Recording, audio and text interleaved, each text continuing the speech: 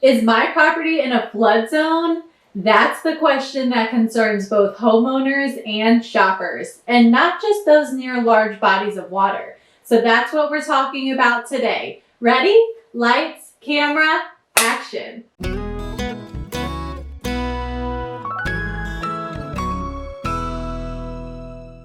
Hey, thanks for checking out this video about flood zones. My name is Ashley Journey and I'm a realtor with Town Realty in Charlottesville, Virginia, and we want to help you move smarter. You can learn more about us by visiting our website, towncville.com. Is my property in a flood zone?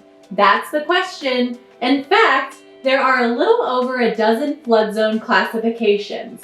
These rankings, determined by the Federal Emergency Management Agency and represented on special maps, are based on the estimated frequency of storms that will cause flooding in an area. So while you may not live in the Gulf Coast, one of the U.S. regions most vulnerable to hurricanes, you probably may still be part of an area that's been deemed at high risk for flooding. So how do you find out if your home is in a flood zone? And what type of flood zone is it? The answer is on the map. How to find out if your property is in a flood zone? Most homes in high-risk flood zones are near a body of water, but regardless of your location, there are a few ways to determine your home's flood zone hazard status. The best place to start is with FEMA's Map Service Center. Simply enter a property's address on the FEMA Flood Map Service Center website and a map showing its flood zone hazard will pop up. Zones B, X, and C are at the lowest risk, while high-risk zones start with either an A or a V. V zones are coastal areas on the map. Zone AE, for example, has a 1% probability of flooding every year, also known as a 100-year floodplain, or a low flood hazard.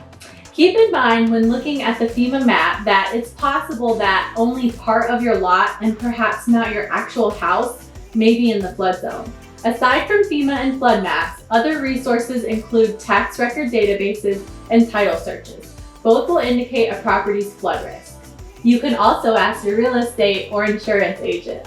In Charlottesville, a lot of homes that are close to the Rivanna are at a high risk. So if you're looking in those areas, make sure you double check with your realtor to check to see if the home is in a potential high risk zone. As a buyer, you should research the property and flood maps to see if it's in a flood hazard area.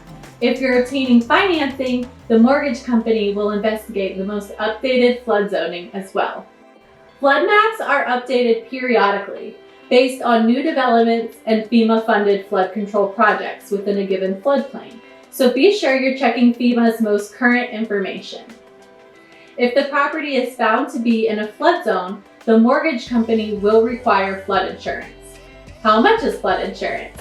The federal government offers subsidized flood insurance to property owners through the National Flood Insurance Program. The amount you pay for your policy is based on such factors as year of construction, building occupancy, number of floors, location of contents, flood risk, location of the lowest floor in relation to the base flood elevation on a flood map, and your deductible. The average cost of flood insurance through the NFIP is $700 per year. Of course, the amount you pay is all based on your property's flood risk and where you are in the floodplain, as specified on the flood insurance rate map.